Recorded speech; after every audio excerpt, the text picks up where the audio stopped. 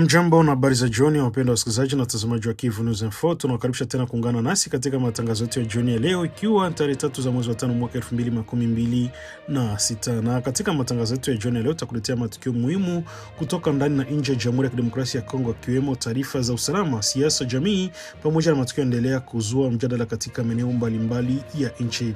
Na katika taarifa yetu ya leo tangazia hali ya usalama mashariki mwa nchi, mjadala ya kisiasa inaendelea pamoja na sauti za wananchi na viongozi kuhusu mustakabali wa amani na maendeleo. Basi endelea kuwa nasi kwa kina cha habari na ukweli kama ilivyo kawaida yetu, na hapa ni Kivu News Info. Na kabla yote, labda endelee kuhimiza kwamba huenda ndio ilikuwa mara kwanza unakutana nasi kupitia mtandao wa YouTube. Basi kabla ya chochote, ningekuomba ufanye kitu kimoja: hakikisha umesubscribe, like, comment na kushare, na kwa lugha nyingine nasema kujabone, kuhime vile na kupartager, kuendelea kusambaza habari kwa walio wengi zaidi. Na basi kama tayari umeshafanya hivyo, acha tuendelee kusema asante sana kwa kuchagua Kivu News Info kama kituo chako chema cha matangazo. Langu jina mimi ni Teloje Lulonga. Basi nakualika kuona mimi mwanzo hadi mwisho wa matangazo yetu ya jioni ya leo, kwa tarehe 3 za mwezi wa 5 mwaka 2026. Nani Kivu News Info, sauti ya wananchi. Basi karibu tukupashe. Katika jimbo la Kivu Kusini, hali ya usalama endelea kuzorota, huku tukio jipya la shambulio la silaha ikiripotiwa kuzua hofu kubwa miongoni mwa wakazi wa eneo la Miti Centre katika wilaya ya Kabare. Kwa mujibu wa taarifa kutoka vyanzo vya ndani, shambulio lilitokea jioni ya Jumamosi tarehe 2 Mei majira saa 3 usiku, wakati watu wasiojulikana wakiwa na silaha walipovamia ghafla eneo hilo na kuanza kufyatua risasi ovyo. Mashuhuda wa tukio wanasema kuwa milio ya risasi ilisikika kwa ghafla na kusababisha taharuki kubwa, huku wakazi wengi wakikimbilia kujificha ndani ya nyumba zao au kutafuta hifadhi na sehemu salama kwa haraka ili kuokoa maisha yao. Kwa mujibu wa tathmini ya awali, mtu mmoja amepoteza maisha katika shambulio hilo, huku wengine wakijeruhiwa vibaya.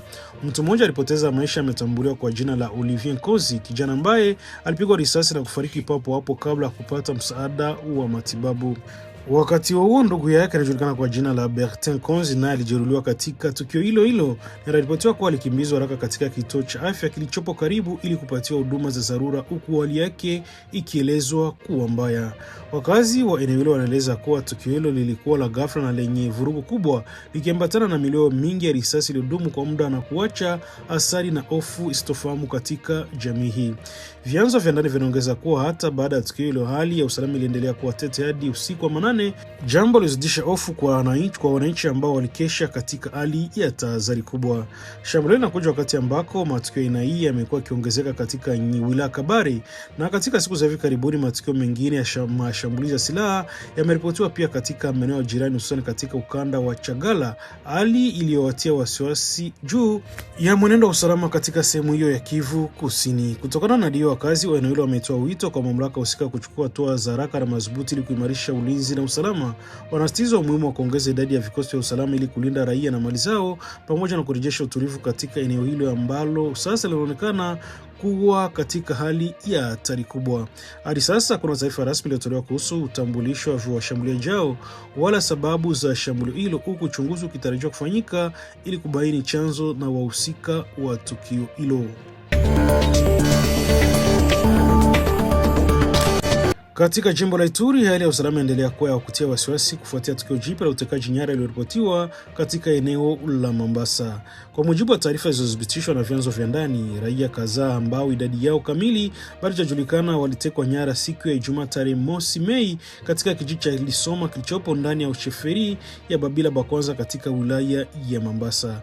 Taarifa imethibitishwa siku ya Jumamosi na Ramsi Marikidogo ambaye ni mwanachama wa shirika la kutetea haki za watoto na wanawake walio katika mazingira magumu katika eneo hilo la Mombasa.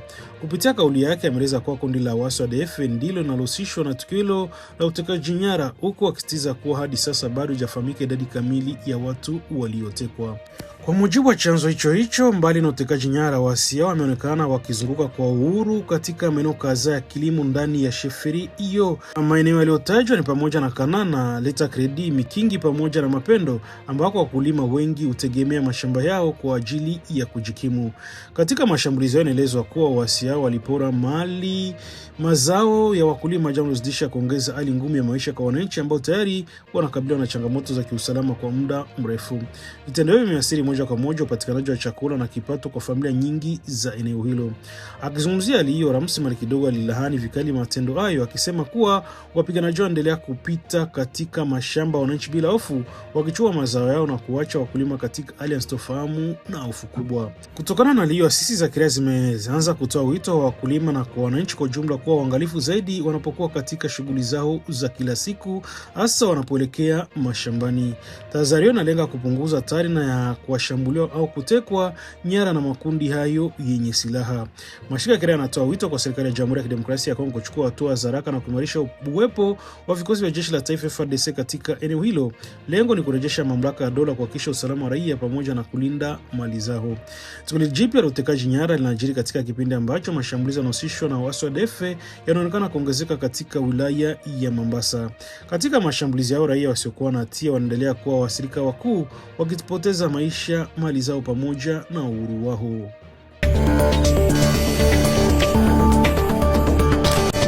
Katika jimbo la Kivu Kaskazini, hali ya kisiasa inaendelea kuvutia hisia za wengi kufuatia tukio la nalomhusu aliyekuwa mbunge wa zamani wa jimbo hilo, Promise Matofali Yohama. Kwa mujibu wa taarifa zilizothibitishwa, Promise Matofali Yohama, ambaye pia ni mbunge wa zamani wa mkoa pia na kiongozi ndani ya chama cha Ensemble pour la République, anatarajiwa kufika mbele ya vyombo vya sheria siku ya Jumanne tarehe 5 Mei mwaka 2026 mbele ya afisa wa Wizara ya Umma katika mahakama ya rufaa ya Kivu Kaskazini. Hata hivyo, kinachojua mjadala mkali zaidi ni hatua yake ya kuelekea mjini Goma, wakati ambako anatarajiwa kufika katika mji wa Beni kwa ajili ya kufuatilia masuala hayo ya kisheria. Hatua imebua maswali miongoni mwa wananchi na wachambuzi wa siasa kuhusu mwelekeo wa kesi hiyo pamoja na mwenendo wa mhusika mwenyewe. Ikumbukwe kuwa kabla ya tukio hili, Promise Matofali alikuwa amekaa kwa takribani wiki mbili katika mji wa Butembo. Akiwa huko, alipanga kufanya mkutano wa hadhara tarehe 1 Mei, lakini mkutano huo kufanyika badala ya kukosa idhini kutoka kwa mamlaka husika. Uamuzi wa kuzuiwa kwa mkutano wake tayari ulikuwa umeanza kuibua mijadala kuhusu ule wa kisiasa na mikusanyiko katika eneo hilo. Baadaye, kupitisha ujumbe aliochapisha siku ya Jumamosi tarehe 2 Mei kwenye mitandao yake ya kijamii, alitangaza rasmi kuwa amewasili mjini Goma, na katika ujumbe wake alimshukuru kwa dhati wakazi wa Butembo na maeneo ya jirani kwa ulinzi waliompatia wakati wake wa uwepo wake huko.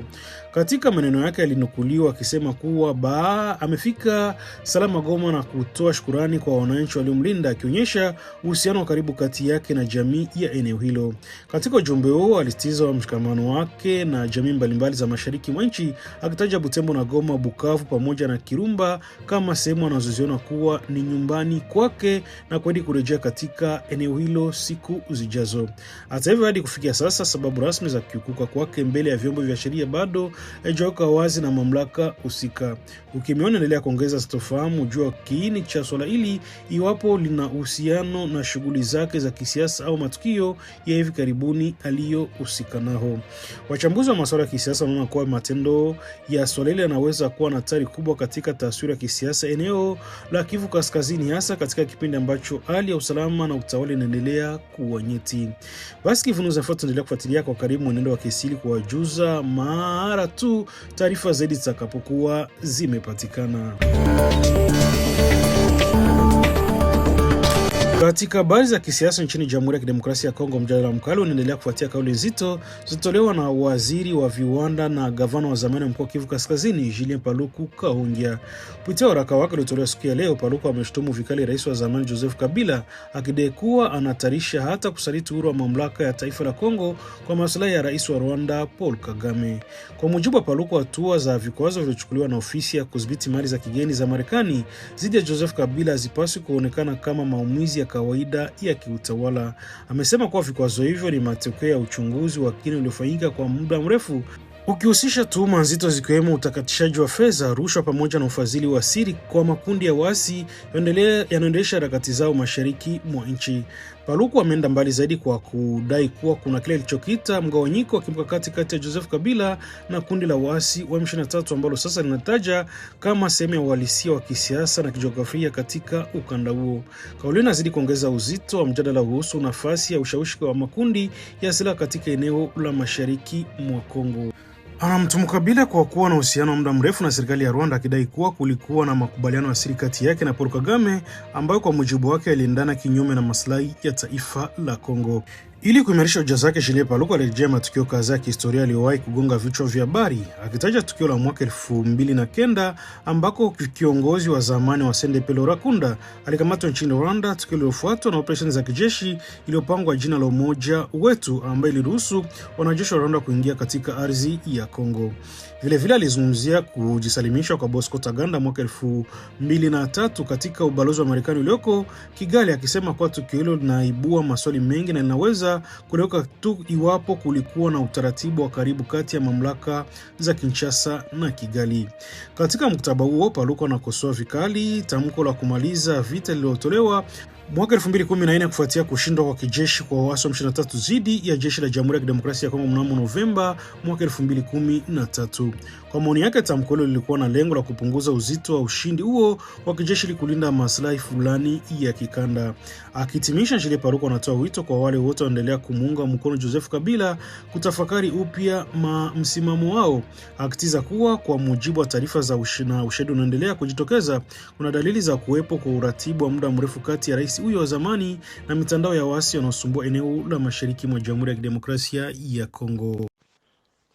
Peuple congolais, entre trahison et sanctions, les deals Joseph Kabila et Paul Kagame brisés par Félix Antoine Tshisekedi. De l'ombre de Joseph Kabila à la clarté de Félix Tshisekedi. L'histoire récente de la République démocratique du Congo ressemble à un théâtre d'ombre où le sang du peuple congolais a servi d'encre aux accords secrets. Les récentes sanctions du département du Trésor américain contre l'entourage et les intérêts de Joseph Kabila ne sont pas de simples mesures administratives. Elles sont le reflet d'une vérité longtemps étouffée par le cynisme diplomatique. Voici le paradoxe d'une trahison. 3 épisodes révélateurs. Pour comprendre la profondeur du jeu des dupes qui a paralysé l'Est de notre pays, il suffit de se replonger dans 3 épisodes que l'on nous présentait jadis comme des faits divers militaires. Premier épisode, l'exfiltration de Laurent Nkunda en 2009. En janvier 2009, alors que Laurent Nkunda opérait entre Bunagana et Masisi, nous apprenions avec surprise son arrestation au Rwanda. Et le prix de cette livraison, c'était le lancement de l'opération Umoja Wetu, autorisant l'entrée de l'armée rwandaise sur notre sol sous prétexte de traquer les FDLR. Une opération éclair d'1 mois, soit du 25 janvier au 25 février 2009, qui rétrospectivement ressemble davantage à une consolidation d'influence étrangère qu'à une mission de sécurisation. Deuxième épisode, le miracle de Bosco Ntaganda en 2013. Comment un seigneur de guerre, traqué à Rutshuru, a-t-il pu traverser tout le territoire rwandais pour se retrouver le 18 mars 2013 à l'ambassade des États-Unis à Kigali, sans être intercepté par l'un des services de renseignement supposés les plus stricts de la région? La réponse est simple, la complicité entre Joseph Kabila et Paul Kagame. Troisième épisode, le sabotage de la victoire sur le M23 entre 2013 et 2014.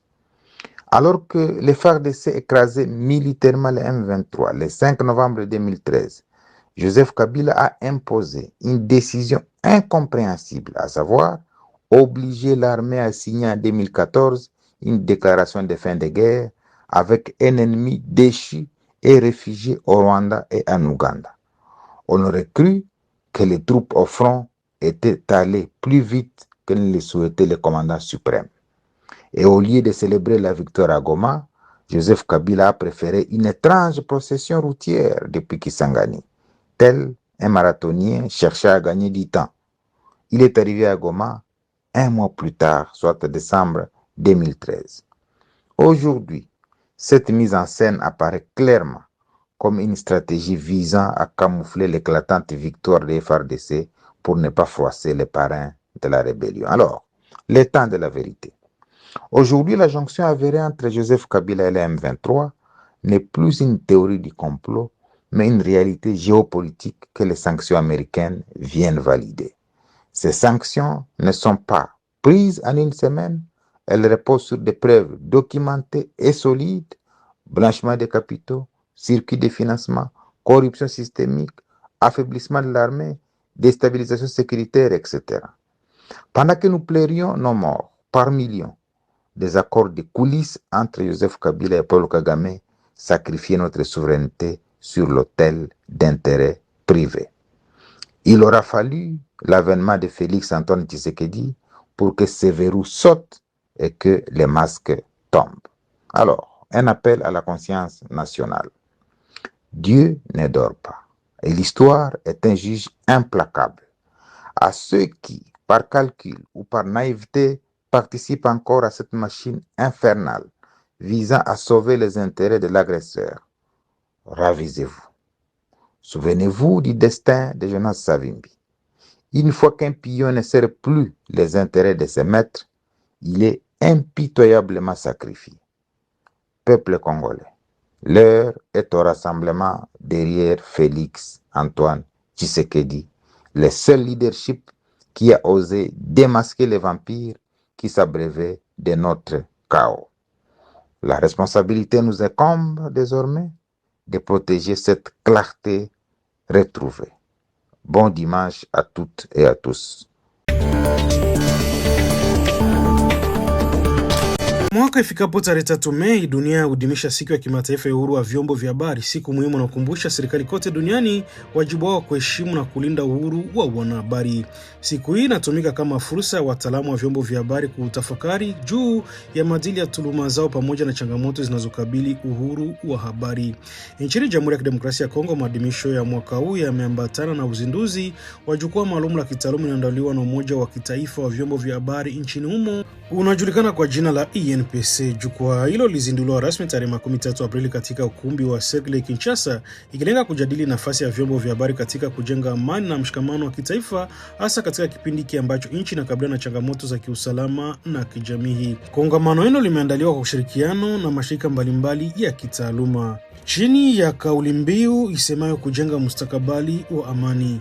Washiriki kutoka serikalini, mashirika ya kimataifa na wadau wa habari wamekutana kujadili wajibu wa vyombo vya habari katika kuimarisha mshikamano wa taifa.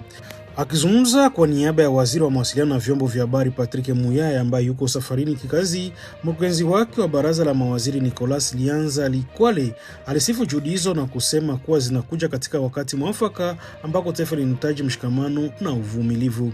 Alisisitiza kuwa taaluma ya uandishi wa habari inakabiliana na vitisho vingi, hasa katika maeneo ya mashariki mwa nchi ambako wanahabari wanakumbana na hatari za kushambuliwa hata kuuawa. Alikumbusha kuwa uhuru wa taarifa huishi kwenye mipaka ya ardhi, bali pia huhusisha udhibiti wa taarifa za namna zinazoendeshwa kwa umma.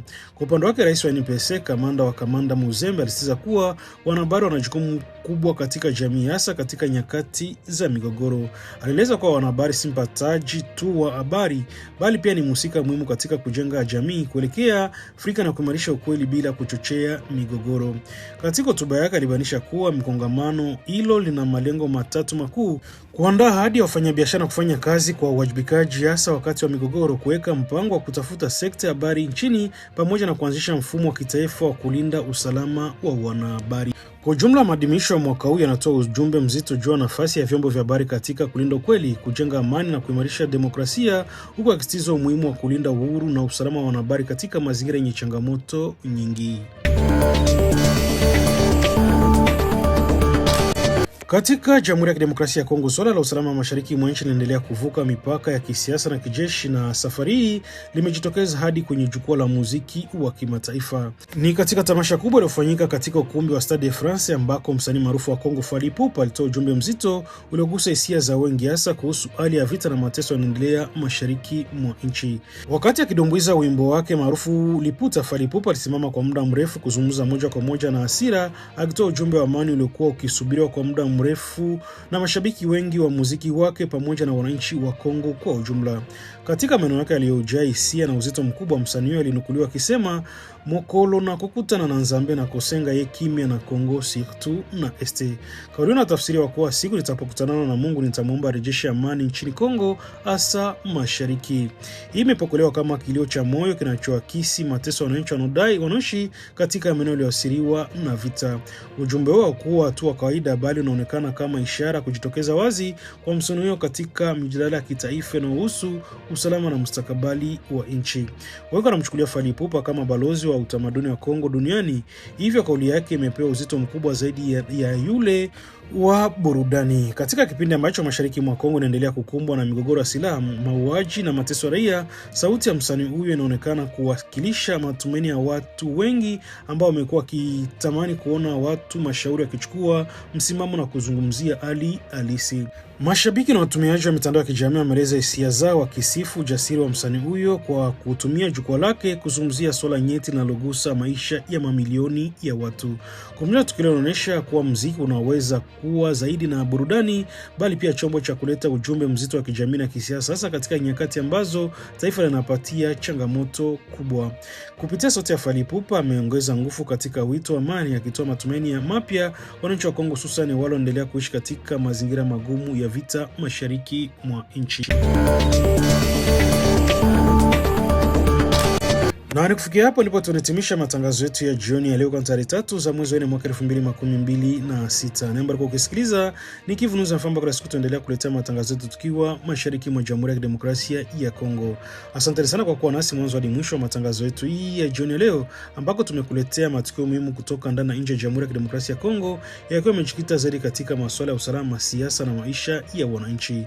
Basi tuendelea kukumbusha umuhimu wa kuishi kwa umoja, amani na mshikamano, huko tukimiza kila mmoja kuchangia katika kujenga jamii yetu yenye utulivu na maendeleo. Na kabla sijahitimisha matangazo yetu ya jioni leo, niendelee tukumbusha, huenda ndio ulikuwa mara kwanza unakutana nasi kupitia mtandao wa YouTube, basi kabla ya kuondoka ningekuomba kufanya kitu kimoja. Hakikisha umesubscribe, kulike, comment na kushare, na kwa lugha nyingine nasema kujabone, kueme vile na kupartager na kuendelea kusambaza habari kwa walio wengi zaidi. Na basi kama tutakomesha fanya hivyo, acha tuendelee kusema asante sana kwa kuchagua Kivu News Info kama kituo chako chema cha matangazo. Nia na mazungumzo kila siku tunakuletea habari sahihi zenye kuaminika tena kwa muda mwafaka. Hivyo basi naendelea kutuandikia na ukatujuza unatusikizwa kwa sehemu gani, na uende ukatuambia maoni yako aiza mapendekezo yako. Kingine ambacho ni muhimu zaidi, vile unaweza kubonyeza kwenye titre ya habari hii na itakupeleka moja kwa moja hapo chini kwa description, ambako utakutana na linki mbili. Linki ya kwanza ukibonyeza itakupeleka moja kwa moja kujabone kupitia channel yetu ya WhatsApp, na link ya pili itakupelekea moja kwa moja kujiunga pamoja nasi kupitia grupu letu la WhatsApp. Na baada ya kufanya hivyo, itarisha usipite na chochote kipindi ambako tutakuwa tunakupatia habari mpya kupitia channel yetu hii ya YouTube. Langu jina mimi ni Teloje Longa, sina la ziada ila tuacha naendelea kutoa shukrani zangu za dhati kwamba ulikuwa na sisi mwanzo hadi mwisho wa matangazo yetu ya jioni ya leo, ikiwa tarehe 3 za mwezi wa 5 mwaka 2026. Basi acha nitakie usiku mwema na jioni njema, na tukunikuadi tena tutanane kesho asubuhi kwenye matangazo yetu mengine kwa mapenzi ya Mwenyezi Mungu. Basi jioni njema, usiku mwema, baki salama, bye bye na chao.